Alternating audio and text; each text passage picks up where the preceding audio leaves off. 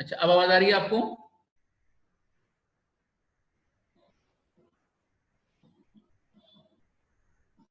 अच्छा, आप लोगों को आवाज आ रही है? Yes, okay.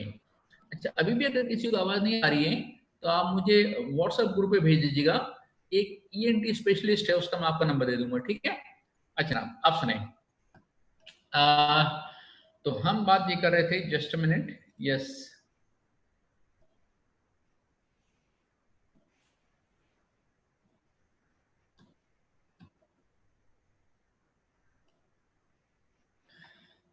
देखिए, तो अब बात देखिए, कोई फॉरेनर रेजिडेंट भी हो सकता है और your screen sharing is post.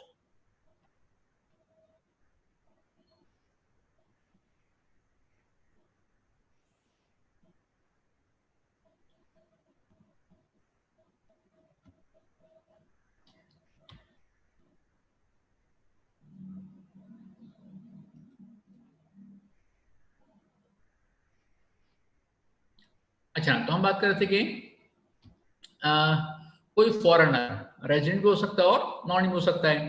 अच्छा, जो हमारा सेकंड फेज है, अभी के रेजिडेंट होने से या ना होने से क्या फर्क पड़ेगा, अभी उसके बारे में मैं किसी क्वेश्चन का रिप्लाई नहीं दूंगा। पहले हम फेज वन मुकम्मल करेंगे कि मिस्टर ए कब रेजिडेंट।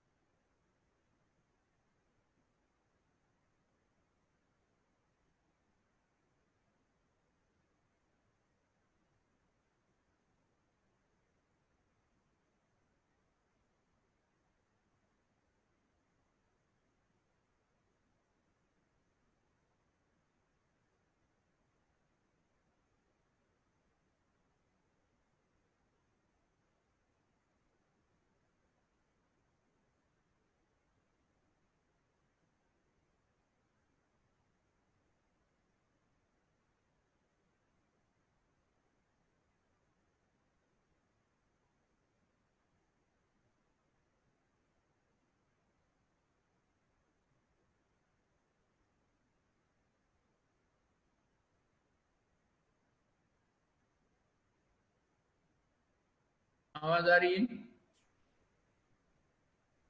आवाज नहीं आ रही। अब आवाज आनी चाहिए मेरा ख्याल है। Yes, okay. देखिए, कनेक्शन के बार बार जो मसले आ रहे हैं, इसी का हल इंशाल्लाह गूगल ड्राइव में निकल आएगा, ठीक है? ओके। और दुआ करें कि कोरोना भी एज अर्ली एज पॉसिबल खत्म हो जाए, ताकि हम फिजिकली क्लास कर सकें, क्योंकि फिजिकल क्लास का मजा कुछ और है। बहरहाल, अच्छा ना, तो हम बात करते देखिए यहाँ पर, फिलहाल हम बात करें इंडिविजुअल की। अच्छा, एक और बंदा है, वो है एओपी, एसोसिएशन ऑफ पर्सन, वो इसके बाद डिस्कस करेंगे। फिर एक कंपनी, वो इसके बाद डिस्कस करेंगे। तो सुने जरा, आप हैं individual natural person mister A. अब ऐसे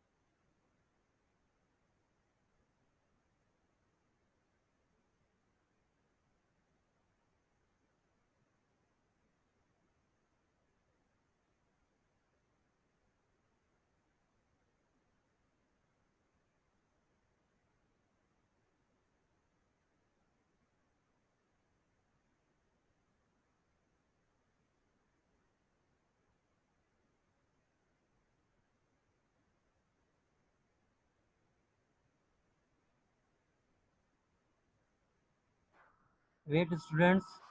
Sir, I think DC. Check, please. Okay. Wait.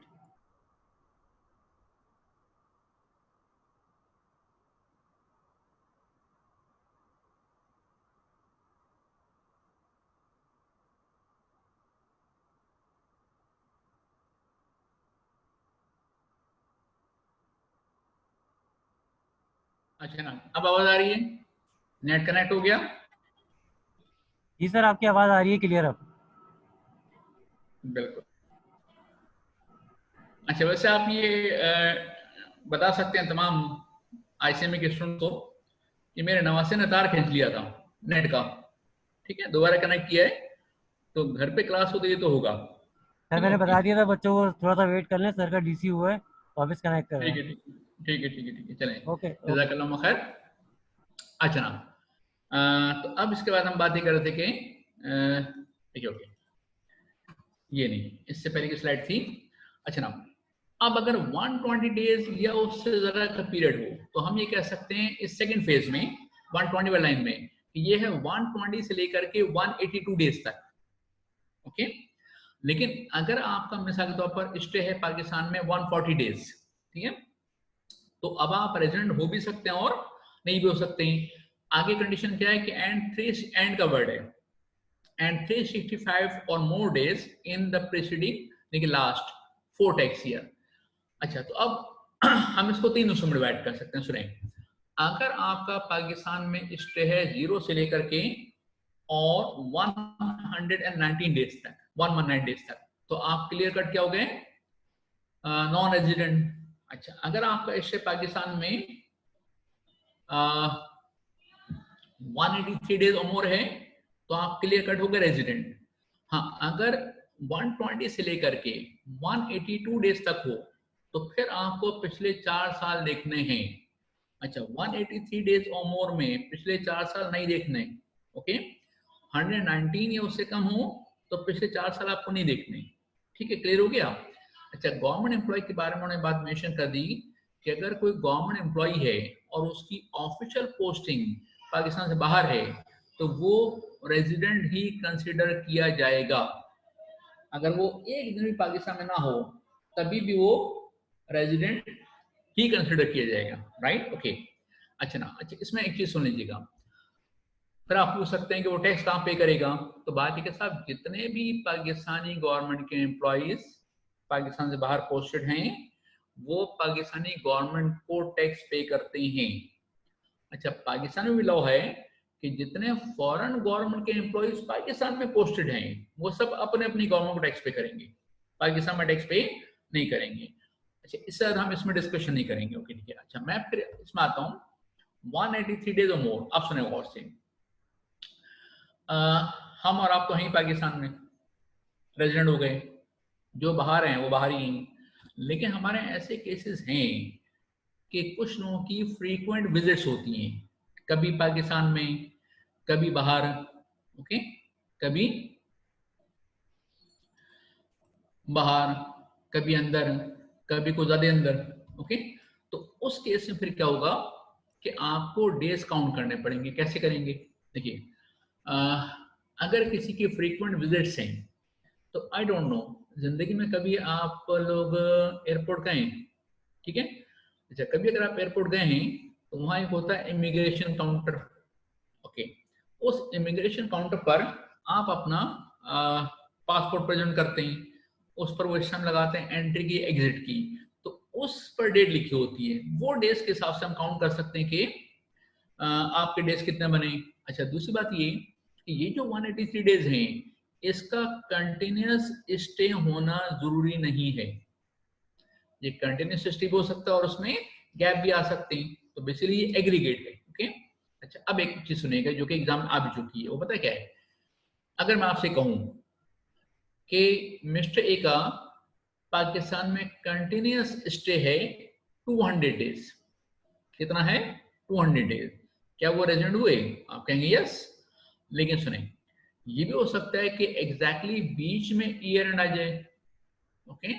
और अगर एग्जैक्टली बीच में ईयर एंड आ जाएगा तो एक साल में 100 दिन, दूसरे साल में 100 दिन, किसी भी साल रेजिडेंट नहीं होंगे वो, लेकिन यहाँ कंटिन्यूस होना कोई क्राइटेरिया थोड़ी है। क्राइटेरिया क्या है? 183 डेज और मोर इन अ टैक्स ईयर।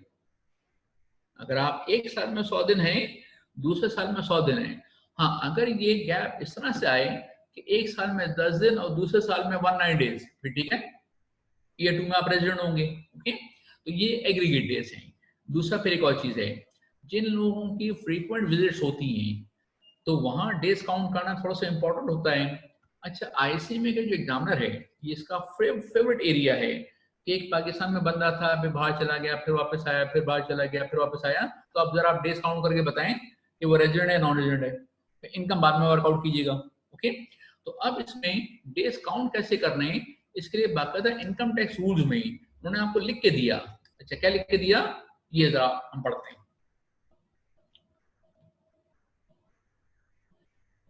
ये इनकम टैक्स रूल्स में रूल नंबर 14 है और ये आईसीएमए के एग्जामिनेशन में बहुत कॉमन आता है। देखिए, part of a day that an individual is present in Pakistan counts as a whole day. अब ये पार्ट कितना, it may be even 1 minute, 1 hour, 23 hours, it may be anything. अच्छा, इसमें पढ़ता हूँ day of arrival in Pakistan, day of departure from Pakistan. तो सुने जरा, अगर मैं आपकी एग्जांपल लूं, पर वैसे तो आजकल फ्लाइट्स बंद हैं, लेकिन मैं एग्जाम्पल ले रहा हूं कि अगर कोई शख्स पाकिस्तान आ रहा है, ओके, अच्छा आज डेट है 28 तारीख, ठीक है ना, ओके, आज रात को 11:55 वो एयरपोर्ट पर पहुंचा, ठीक है ना, और उस काउंटर पर पहुंचा, तो इस टाइम कब पे लगेगी, 28 तारीख की, हालांकि 28 की तारीख तक वो तो एयरपोर्ट से बाहर भी नहीं निकला। ओके, तो अब ऐसे में 28 का पूरा दिन क्या आप काउंट करेंगे? यस, इस टाइम लग गई तो आपने पूरा दिन काउंट करना है। अच्छा, डिपार्चर की मिसाल ले लें। देखिए, अगर आप आज रात को पाकिस्तान से बाहर जा रहे हैं, ओके, अच्छा उस इमिग्रेशन काउंटर पर आप पहुंचे आज रात को 12:05 पर, इस टाइम कब की लगेगी, 29 की, तो 29 का पूरा दिन काउंट किया जाएगा। हालांकि 29 तो 5 डेज के बाद आप 5 मिनट्स के बाद आप बाहर निकल गए। ओके, तो असल चीज क्या है कि वो स्टैम्प कब की लगी है, डेट, टाइम इंपॉर्टेंट नहीं है। अच्छा, इसके बाद आपने देखा अराइवल, डिपार्चर। अब जो बाकी चीजें मैं उसको एक साथ डिस्कस करूंगा। पब्लिक हॉलीडे, ठीक है ना, डे ऑफ लीव, फिर स्ट्राइक, फिर आखिरी पोर्शन क्या पढ़ रहे हैं आप, holiday spend in Pakistan before, during और after any activity in Pakistan. ये बहुत इंपॉर्टेंट है, एग्जाम में कई दफा आ चुका है। देखिए, हमारे यहाँ कुछ फॉरेनर्स पाकिस्तान आते हैं ना, अब मिसाल के तौर पर अगर कोई फॉरेनर है, उसकी पाकिस्तान में जॉब होती है, राइट। अच्छा, जॉब उसकी स्टार्ट हुई 15 सितंबर से, तो क्या वो 15 सितंबर की 15 सितंबर की मॉर्निंग को आएगा? ऐसा जरूरी नहीं ना, वो एक हफ्ते पहले आएगा ताकि अरेंजमेंट देख सके। तो जॉब स्टार्ट होने से पहले जो एक हफ्ता उसने पाकिस्तान में स्टे किया है, क्या आप उससे काउंट करेंगे? यस। अच्छा, इसे किसे, अगर कोई फॉरेनर है, उसकी जॉब खत्म हो गई, अच्छा जॉब उसकी खत्म होती है मिसाल के तौर पर 15 अप्रैल, ठीक है, तो क्या 15 अप्रैल की इवनिंग को पाकिस्तान बाहर चला जाएगा? जरूरी नहीं है, ठीक है ना। हो सकता है कि अगर कराची में उसकी पोस्टिंग हुई थी किसी फॉरेनर की, तो हो सकता है वो कराची में 1 महीना और स्टे करना चाहे कि इतना खूबसूरत शहर है, तो वो एक साथ एक महीना और रहना चाहे। तो जॉब खत्म होने के बाद अगर वो 1 महीना और स्टे करता है, क्या आप उसे काउंट करेंगे? The answer is yes. और देखिए, कराची अगर आप लोगों ने देखा हो तो बहुत खूबसूरत है, उसकी खूबसूरती का एक अलग म्यार है। अगर कभी आप सुबह 7 बजे तारिक रोड से गुजरें और हवा चल रही हो, तो बहुत सारी प्लास्टिक थालियां हवा में उड़ रही होती हैं। ये एक ब्यूटिफिकेशन प्लान का हिस्सा है, ब्यूटिफिकेशन प्लान है, लोग इसको नहीं समझ पाते हैं। ऐसी खूबसूरती आपको दुनिया में और कहीं बहुत मुश्किलों से नजर आएगी, ठीक है। चलिए, मेरा सारा टाइम हो चुका है। अच्छा, अब इसमें सुने, एक काम कीजिएगा। अच्छा, ये जो 365 डेज है 1 ईयर में नहीं, ये 4 ईयर्स में, ठीक, ओके। जैसे मिसाल के तौर पर अगर देखो, अब जो क्वेश्चन किए गए कि 365 दिन एक साल में है या 4 सालों में, तो डेफिनेटली 4 सालों का टोटल है, ओके। अच्छा, दूसरी बात देखिए, एक दिन ऐसा है जो कि आपने काउंट नहीं करना, वो है ट्रांजिट स्टे। चलिए, टाइम हो चुका है, नमाज का टाइम होने वाला है, तो हम एक काम करेंगे कि ये जो स्लाइड आपके सामने है, इसको एक मतलब और गो थ्रू कर लेंगे और उसके बाद अब अगर कोई इंपॉर्टेंट क्वेश्चन होगा तो देखिए, this means that the person present in both countries in same day, yes. देखिए हम तो ये करेंगे, हम पाकिस्तान में रेजिडेंशियल स्टेटस काउंट कर रहे हैं, बाहर वो रेजिडेंट है या नहीं है वो एक अलग मसला है, वो हम नेक्स्ट क्लास में बात करेंगे। अच्छा सर, आवाज का भी बहुत इशू आ रहा है, मैं बात बीच में गुजर जाती है। ओके, चलिए देखिए, कोशिश करेंगे कि मैं थोड़ा सा जरा सुकून से बात करूं, एक चीज अगर इंपॉर्टेंट है तो 2 दफा रिपीट कर लूं, ठीक है। ओके, और उसके बाद इंशाल्लाह गूगल ड्राइव पर जो ये जो लेक्चर आपके सामने अभी है, ये इंशाल्लाह हम कोशिश करेंगे कल तक इसको गूगल ड्राइव पर अपलोड कर दें। Thank you very much, Allah Hafiz.